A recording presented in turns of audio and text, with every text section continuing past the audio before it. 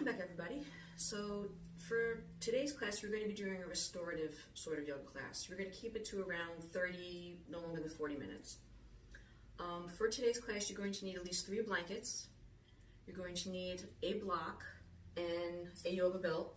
You can either use a 12-foot, a standard 6-foot belt, and if you don't have that, I'm going to show you a way you can use something else around the house. A necktie, the belt loop to your bathrobe, and we're also going to be using, if you're lucky enough to have it, you can use a bolster, a little pillow for your head, and if you happen to have one, a Pranayama bolster, which you can see is very long and thin.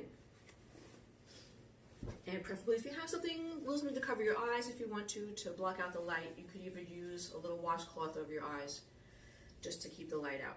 Okay, so to start off with today, we're going to first do Mukha Virasana, which is downward facing hero's pose. So for that particular pose, what you're going to need is a lot of blankets, perhaps, and a block if needed. So have these things handy. The first thing you're going to do is open up your blanket. Now I'm going to start off with how to fold an Iyengar style blanket. So when your blanket is open, and we usually use Mexican blankets, you're going to first start with the short end where the fringe usually is. You're going to fold it in half that way. So when you fold it in half, it looks like a very long yoga mat. Then, fold it in half once again, so fringe to fringe, so now you have a short, what I like to call a kid-size yoga mat. And now what you're going to do with that is you're going to lay it on top of your mat. So you have a little cushioning for your shins. Now, Virasana, which is hero's pose, we're going to do Mukha Virasana. So for Mukha Virasana, if I turn to the back, the big toes are going to touch, the knees are going to be apart, and you're going to sit on your heels. Now for some people that is quite a challenge, so you'll need to have a block handy. What you would do if you can't sit down on your heels is put the block in between your feet. Still have your knees wide, and see if you can sit there. If you still can't, you may need to put another blanket on top of the block, like so. Okay? There's also other little things too, which have to do with the ankles. And if I show you from the side here, if you sit back and your ankles do not make contact with the floor, you'll need to put something underneath that space. So with your blanket, you're going to take the top edge, you see there's 2 layers, you're going to roll that up, okay? The top of your ankle should go on that blanket. So now you can see there's something cushioning there, and then when I sit back, I should have better contact. But still, if there's a gap here, you have to put that blanket in between the heels and pad as much as you can so every gap is filled. Ankle gap and buttock to heel gap is both filled. Okay? Once you have that, then what you're going to do is you're going to lift your chest, roll the shoulders back, and then you're going to hinge forward. Now the key point here is to keep the buttock on the heel as you come forward. Pause here, keep your chest lifted, and then walk the hands forward, buttock down on the heels, lengthen the sternum, chest forward, and then you're going to come down so your hands are on the floor.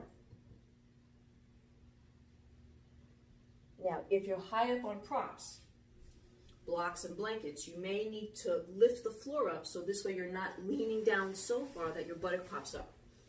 You may have to put something in front of you. You may even have to use your couch cushion. So if you're up on a block and you try to come down, you're going to see how your buttock is going to pop up. So put something in front of you.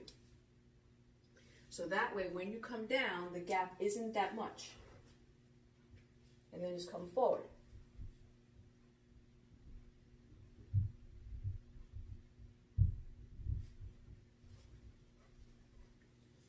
Now, if you're not quite sure, you can always put a comment below, and I'll get back to you. But what we're going to do here is, in this pose, we're going to stay here for a good 5 minutes. So just so we get it timed out right, I got my little timer. So starting at the timer here.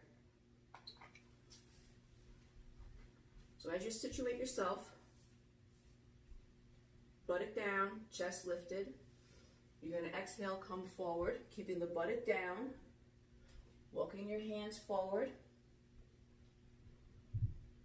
And then rest your head either on a prop or the floor.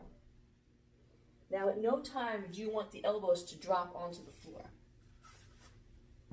So the elbows have to remain lifted, because if the elbows drop, your chest collapses.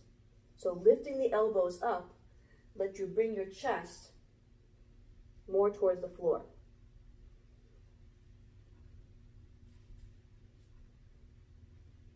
And then as you're here, keep the toes together as best as you can.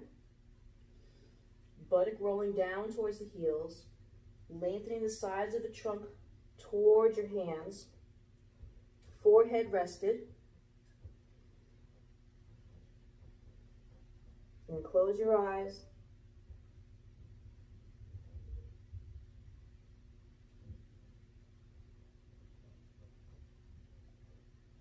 So when you're here, you should feel the sides of your waist going through the thighs.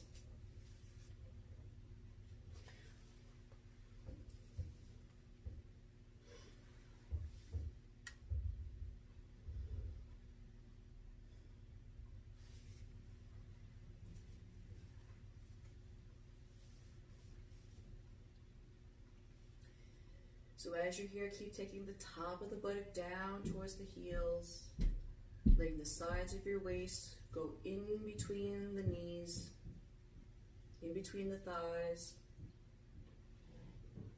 keeping the elbows lifted, elbows straight, letting the forehead rest on the floor.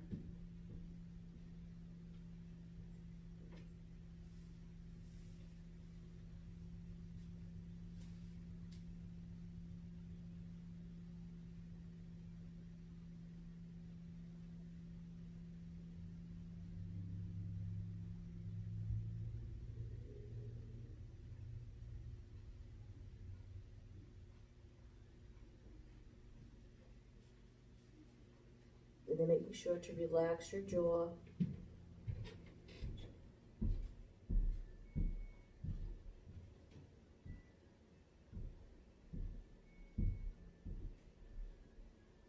But don't let your sternum chest go towards your knees. Lengthen the sternum chest away from the knees so that the front of the spine remains long.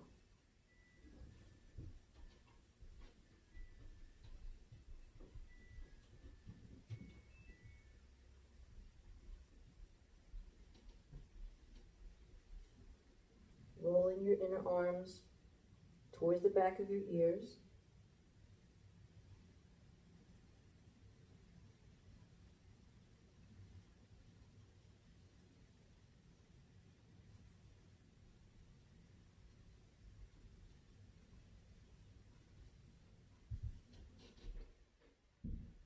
And remembering to relax your jaw.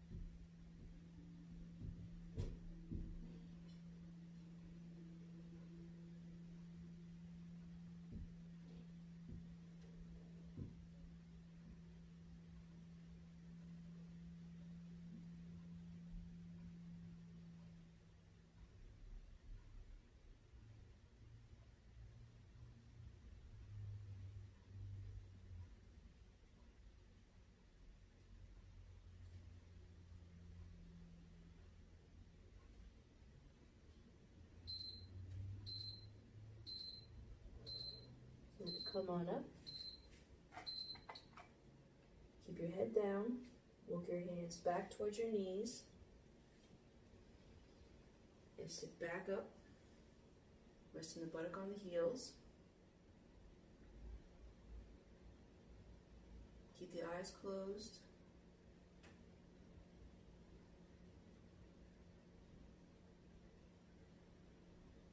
And then when you're ready, slowly open the eyes. And now to open up the back of the knees, what you're going to do here is you're going to lean forward. Be on your hands and your knees. And now with the legs, you're going to curl the toes under, straighten the leg, and now press through the heel to open the back of the knee. Do that on either side. Going back and forth as many times as you need to until you feel the back of your knees open up and relax.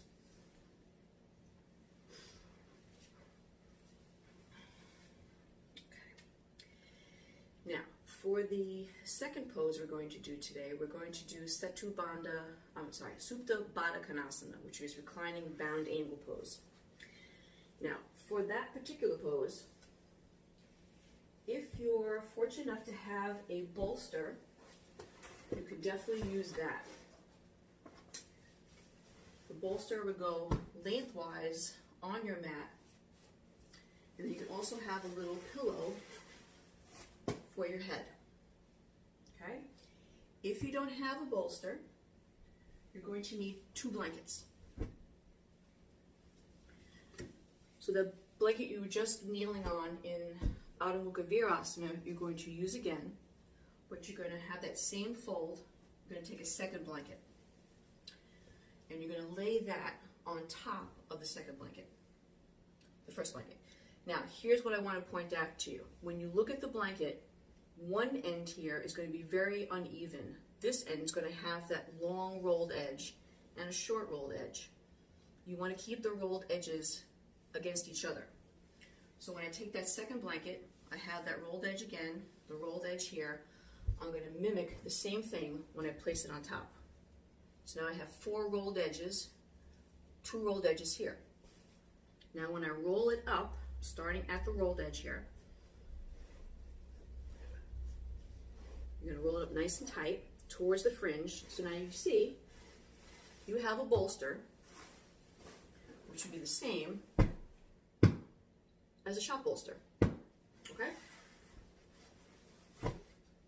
Now, if you don't have a neck pillow, or any pillow would do,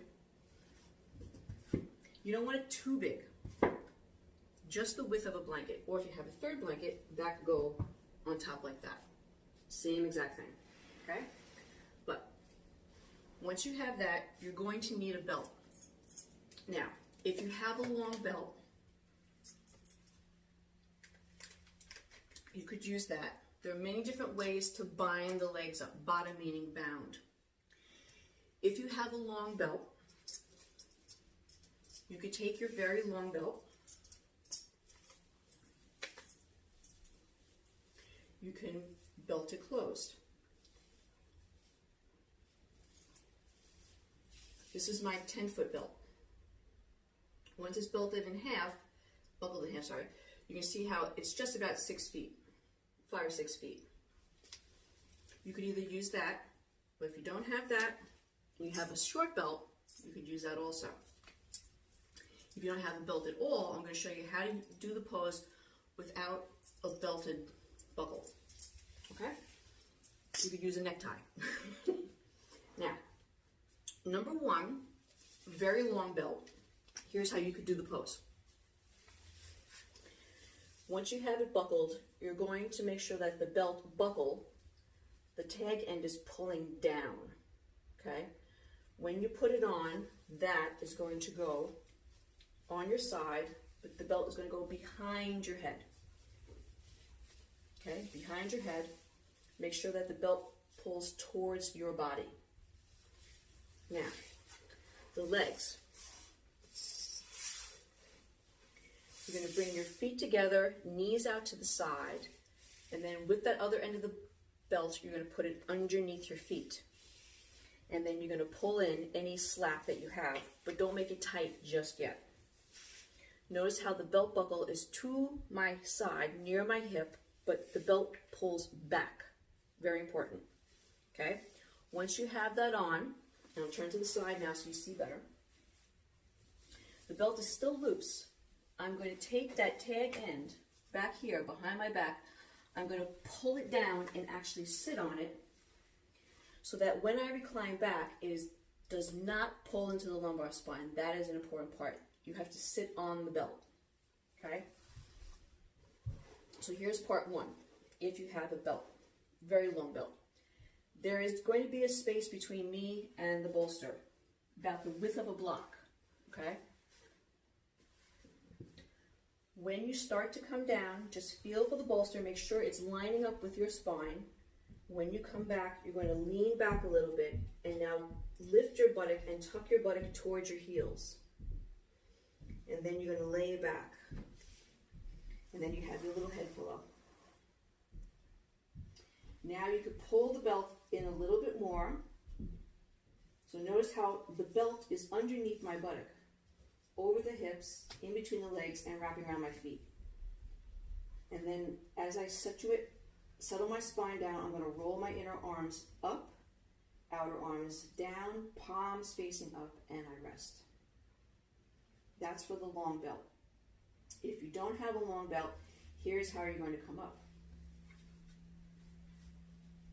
To release the belt, you're going to reach for the buckle, push it towards your feet. So it automatically loosens, work your feet out, legs in, and you roll over. Now, for a short belt. Short belt, you have different ways to do it. Short belt, you could either do one of two things. With a short belt, if you're very tight in the inner legs, you can make a very short loop. Take your short belt, make a loop, and then what you can do here is slightly different. The feet are still going to be together. The belt itself is going to go over both of your knees. Okay? Make sure it's not twisted. Now, when you come into the pose itself, you're going to have the belt near the top of the knee, not down by the hip in this one. So now when I come back, same thing, I tuck the buttock under, I come down. So now when my legs rest, they're going to rest in the belt. It's going to be a little bit of a hammock. So notice how it's right just below the top of my knee. Both of my knees are going to be held in place, my feet are together, and then you rest like this. Okay? When you're ready to come out, you reach here, you pull, legs come together. Now, if you don't have any belt, buckle, here's how you can use a necktie. Okay? With a necktie, if you have the necktie, your necktie is going to be open, of course. You're going to bring your feet together. The necktie is going to go over the top of the feet. Over the top of the feet, you're going to pull it underneath the knees and be next to the outer hips. So if I come back on my mat, you can see a side view much better. Okay? Over the top of the feet, underneath the legs, you pull it next to your hips. Okay? Now, what you're going to do here, same thing, you're still going to lift the buttock up, tuck the buttock towards the heels so the tailbone goes towards the heels. Your lower back opens, you rest, you lay down, support your head if needed, and now watch. I can reach for my belt with my hands, I can pull the belt in so the feet come a little bit closer. I press into the outer feet, lift the buttock up, and now I pull the belt underneath the buttock. And now I sit on it. And you're here. Same thing. Tailbone has to go towards the heels. The sternum chest is open. The arms are out to the side. So let the shoulders move down. So now the chest is broad and your front spine is nice and open and your abdomen is very soft and very passive. Arms out to the side, palms up, and then close your eyes.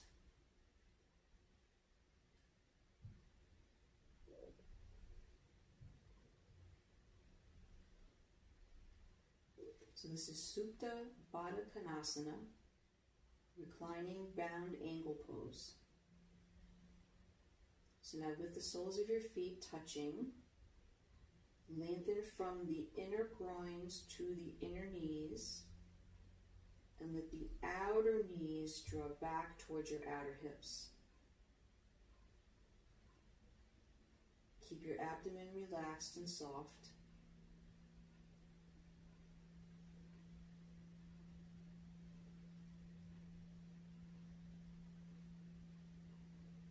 Feel how the back of the rib cage is resting on the bolster or the blanket.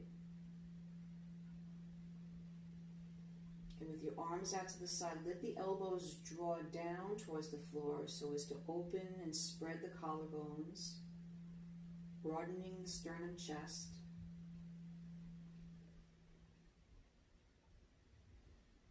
So let the left collarbone go out towards the left shoulder. The right collarbone all the way out to the right shoulder.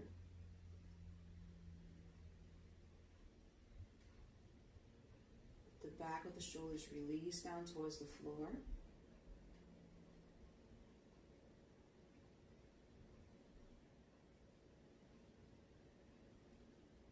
And now let the upper arms drain down towards the elbows. Let the forearms broaden on the floor. Soften the wrist. Relax the palm of the hands. And imagine the palms of the hands draining into the floor. Let the fingertips just gently curl naturally without forcing.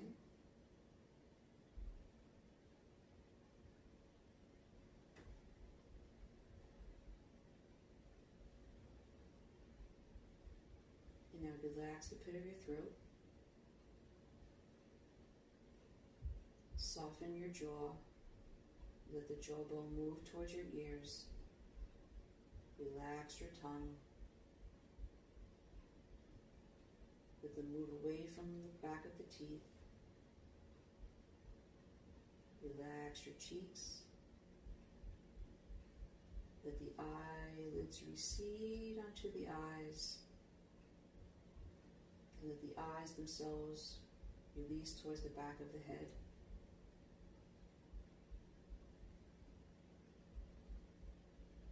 Let the inner corners of the eyes release towards the back of the head,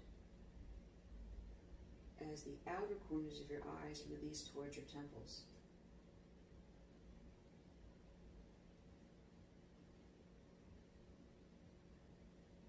And just breathing in and out through your nose.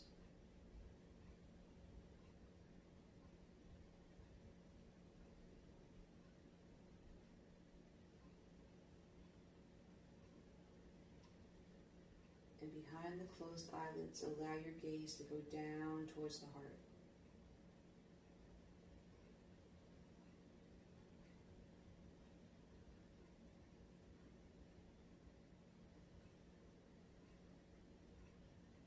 And as your inner gaze goes down towards your heart, let the inhalation reach the chest.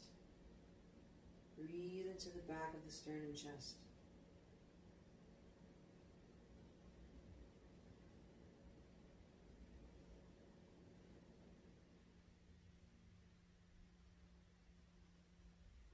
So as you inhale, feel how the sides of the chest not only lift, but broaden out to the sides.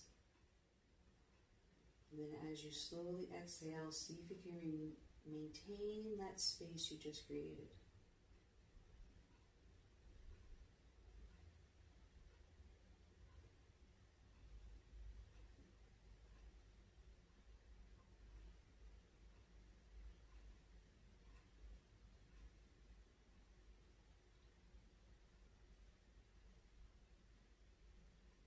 If you start to notice that the mind starts to wander, bring the focus back to your exhalation.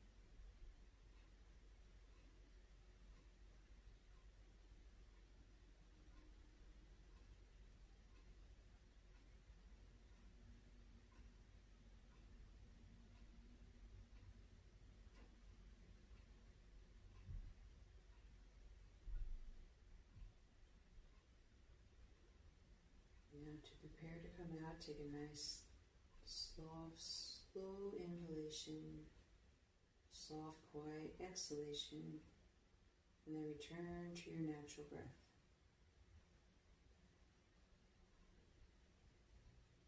So now if you're using a long 10 to 12 foot belt, you're slowly going to reach your hands down towards your outer hip, find the belt buckle, and push the belt buckle towards your feet. Or if you're using a clip belt, unclip the belt to release the belt itself. If you're using a short 6-foot belt across the knees, you're going to reach your hands down to the inner legs and pull the belt towards you so the legs come together.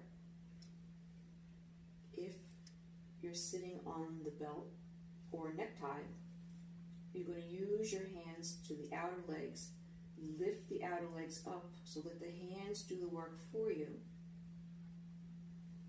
Once your feet are on the floor, you're going to press into the floor, lift the buttock up just to remove the belt. In either way, you're slowly going to extend the legs.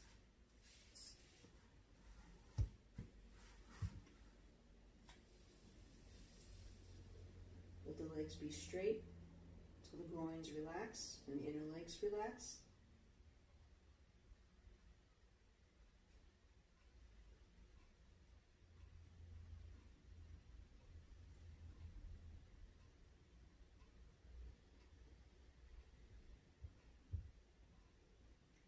And then to come out, you're once again going to bend the legs, feet on the floor. And taking your left arm, you're going to roll, cross over your chest and roll over onto your right side. Pause here for a moment. And then press your left palm into the floor to slowly lift yourself on up. Making sure your head is the last thing to come on up.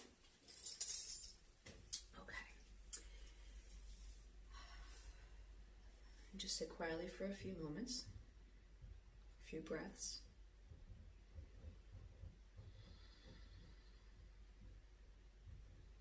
Okay. All right, the next pose we're going to do, which is the third in the series, is we're going to do step 2, Bandha Sarvangasana, which means supported shoulder, kind of a shoulder stand. Okay, now to do this one, you have a choice again. If you have a round bolster or a rectangular bolster, by all means you can use that. you would need a block for your feet. Okay? Now, move this out of the way here. You could use 2 blocks at a wall if possible. You're going to have your bolster. Now you want to make sure that you fold your mat over a little bit because you don't want your hair getting stuck on the bolster. Okay? So it looks something like this. Now, if you don't have that, you could definitely use your round pillows. But if you find that a little too high and a little too firm for you, you can definitely unroll the whole blanket pile. And then when you have your blankets like this, you would make what they call a trifold. Or you can fold it in half too. So from the fringe, you just fold it in a third and then back again in a third. So you have a very long, thin blanket. And do the same thing with the second blanket. Okay? What you would do is with the rolled edge here, okay, fringe is on the other side, you're going to take both blankets, you're going to stack them one on top of the other.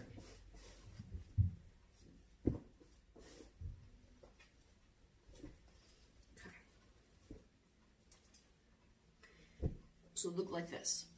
You have all the rolled edges here, and you could fold it, I'm sorry, not fold it, but turn it so that it is the length of your mat. Okay? Now you want to make sure that your block is going to be the same height as your props. So right now this block is going to be way too high. So if I'm using this setup, I want to turn the block down so it's almost the same height.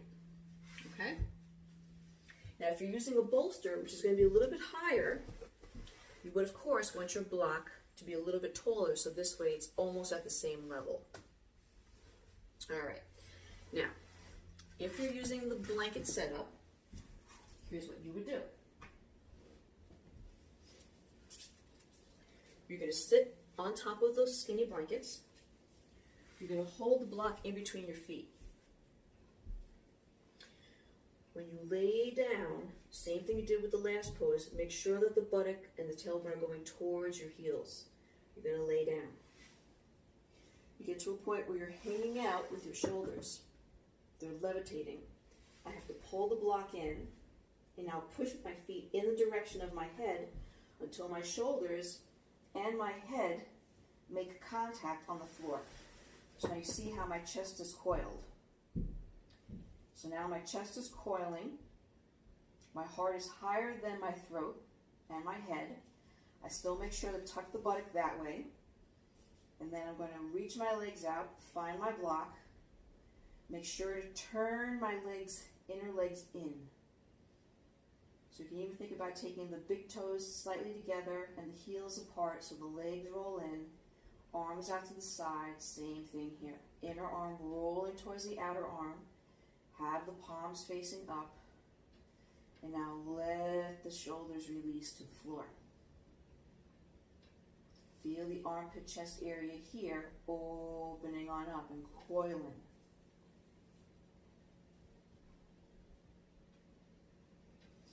This pose is actually very beneficial because when your heart is higher than your head, your heart has a chance to rest. So actually for people who have high blood pressure or heart conditions, this is very soothing for the heart.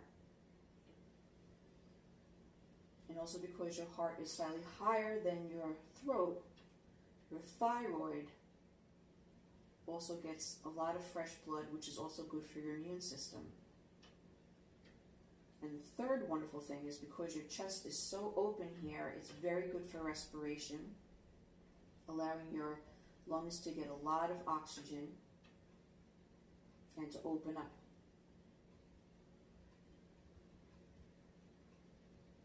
So depending on what form of prop you're using, bolster or blanket,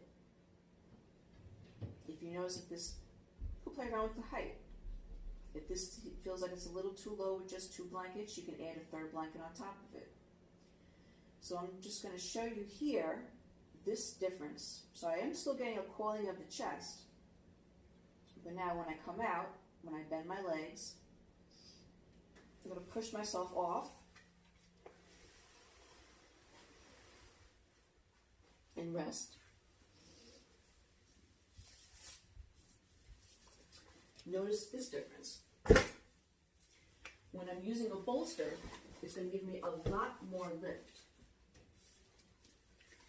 Now my block has to be slightly higher. But now same thing, when I come down, I rest. I have to push off until the shoulders are on the floor, shoulders and the head. So now when I extend my legs holding onto the block and I take my heels up, this height, you can see, gives me much more lift in my chest. But the same thing. Toes in, heels out, inner knees rolling down, front thighs going towards the back thighs, shoulders on the floor, inner arms rolling towards the outer arm. So if your thumb is really high up off the floor, your arms are not rolling in the right direction. You have to think about rolling your thumb to the floor. This way your shoulders will get more grounded and your chest will open. Same thing here. I feel the front of the spine opening on up. The abdomen is very receded. And this can be done when you have your period.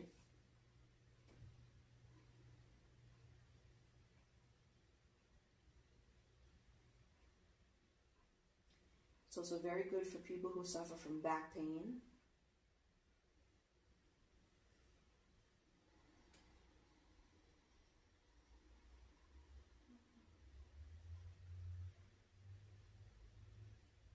And now same thing, let the legs release down. The front thighs go towards the back thighs. Tailbone towards the heels. Feel how hollow the abdomen is. Coiling the armpit chest area, inner arms rolling towards your outer arms.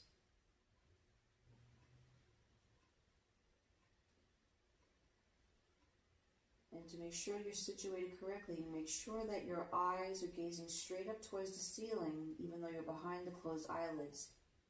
You don't want to look down towards the chest because you want to keep your neck in neutral.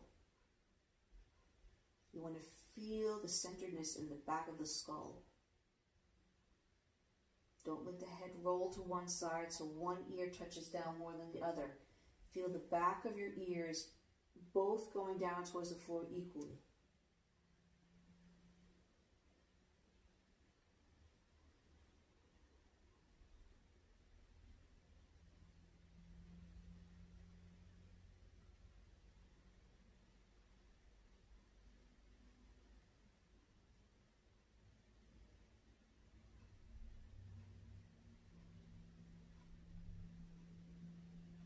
So once you relax into the pose, and you feel like everything is pretty set up well,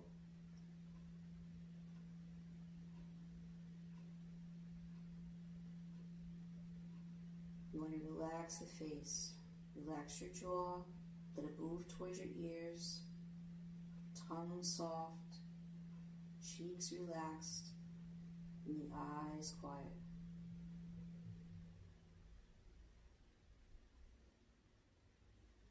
Breathe into the space just behind your sternum bone. So you feel the armpit chest area inflate. And then as you exhale, don't let the chest collapse. Keep the chest open.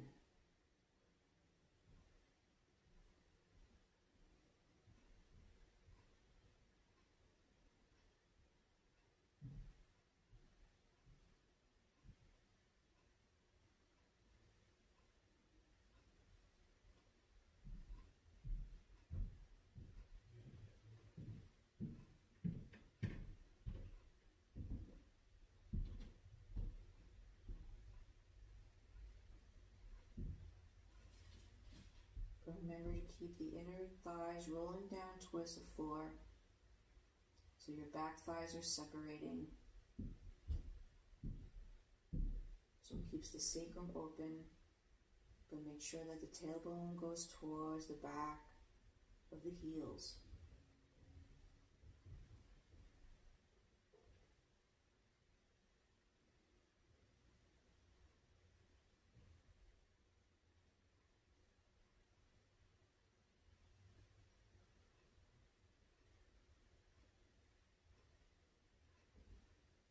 And when you practice on your own, you can stay here anywhere from 5 minutes to 10 minutes. And then when you're ready to come out, you slowly bend your legs one at a time, placing your feet flat on the floor. And then to come off the prop, you have to use your feet to push yourself in the direction of your head, so that your head, shoulders, and your hips are all on the floor. Then you can extend your legs on top of your prop.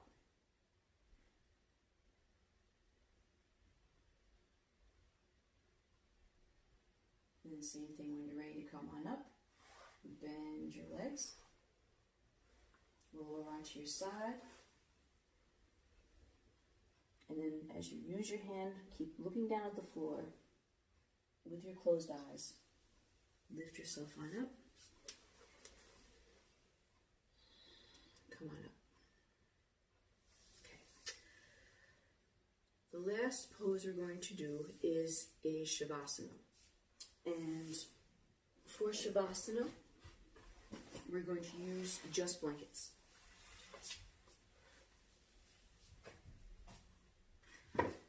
So once again, I'm going to open up your mat. We're going to use that same blanket formation that I showed you just before with the tri-fold blankets. This time though, when you lay them down, you're going to lay them down lengthwise on your mat, but you're going to step the top blanket back a bit. So you're going to have like a staircase, okay? And if you have a third blanket, that will go towards your head side. If you don't have a third blanket, you can use a little pillow, whatever you have, but nothing too big. Okay, so now for here.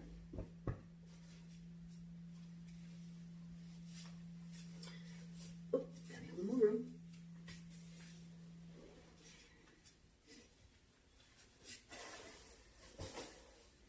So you have this stepped platform here. You're going to sit with your buttock rather close to that very bottom layer. So now legs are still bent. You're going to reach back, coil your chest, get the tailbone to go towards your heels again. When you do that, you feel how your abdomen goes in.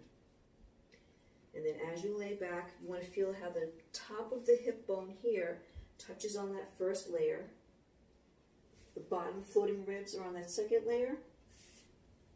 And then make sure that you're coming down in a nice straight line. So with the feet and knees together, draw a line up the center of the legs, navel, sternum, chest, to the chin. This blanket or pillow comes right to the top of the shoulders, so the neck and the head are supported.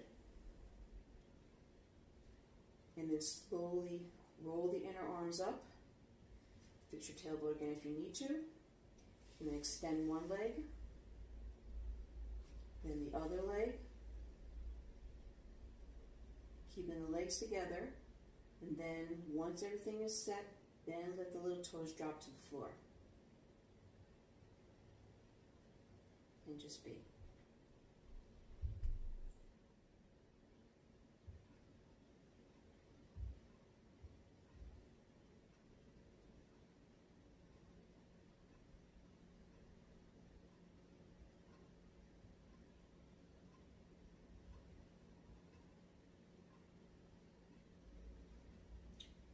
So now here the inner thighs are not going to roll in, they're actually going to roll out. So that the little toe drops down to the floor. Now Now you'll feel how the abdomen broadens. Tailbone still going towards the heels.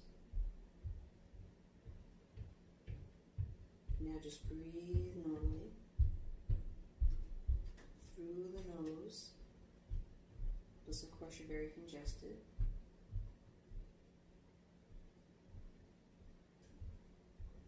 And then once again, as you let those shoulders retreat down to the floor, elbows relax on the floor, palms soft, fingers gently curled. Once again, relax your jaw, relax your tongue, soften the face, soften the eyes, and even soften the skin just behind your ear.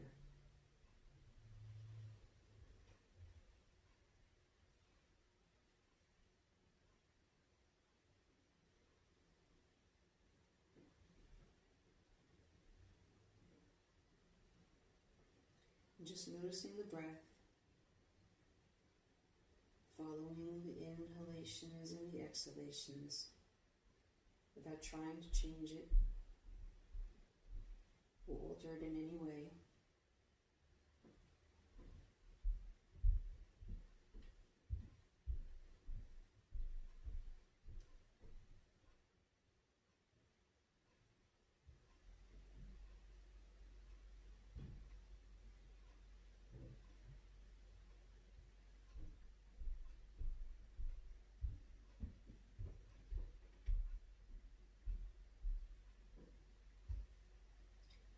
So you want to make sure to relax your tongue, because if your tongue becomes very firm inside the mouth, you'll feel how the back of your throat will tighten.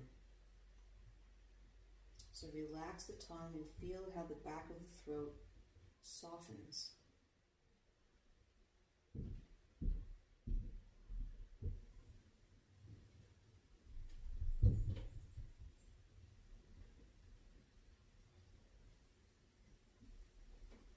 Now just following the exhalation.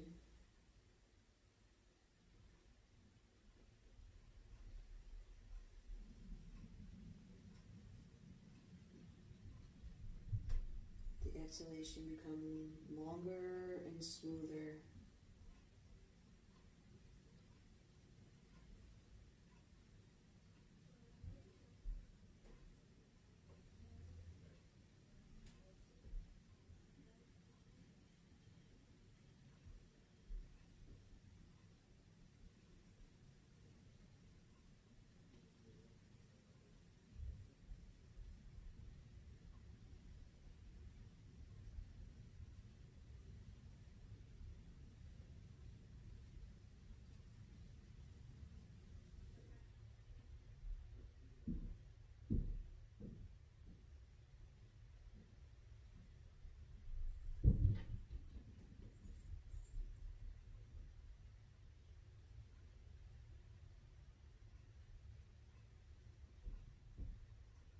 And as you exhale, allow the body to surrender more and more into the props.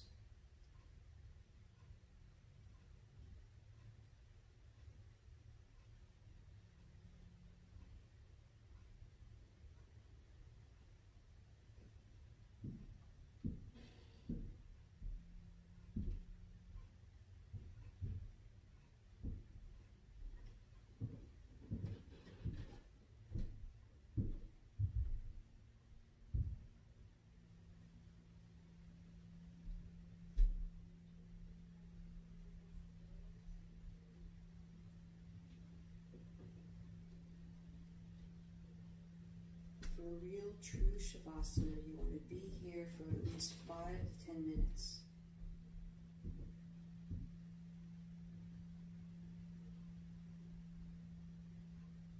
But it's not really asleep, it's more being alert but completely relaxed.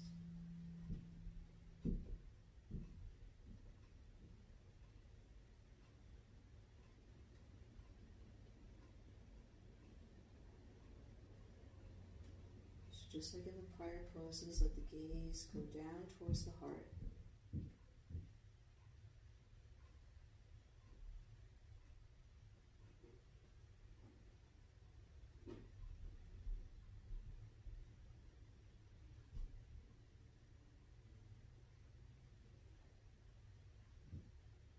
just listening for the sound of your own breath.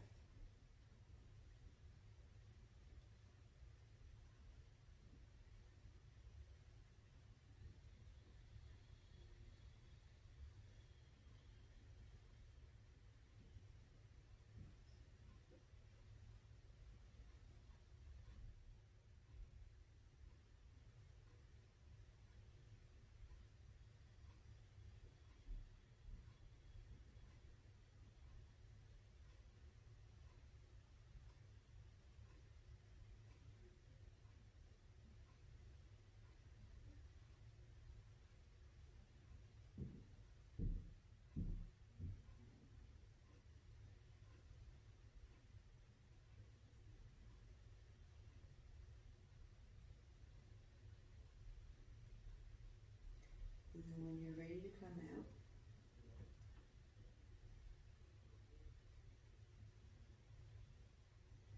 on exhalation, slowly bend your legs one at a time, placing your feet flat on the floor.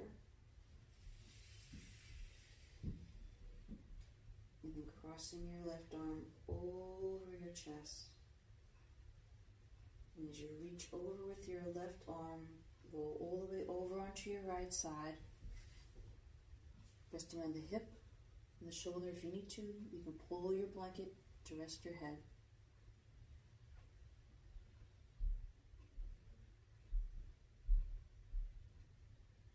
And just be heavy on your right. And then when you're ready, roll more towards the floor and use your left hand to press into the floor. Slowly lift yourself up into a seated position, letting your head still remain down. And then on an inhalation, lift your chest and lift your head and join your palms together in front of your heart. And as you inhale, lift the heart, and as you exhale, bow the head. Saluting the essence of yoga, the light of yoga inside yourself.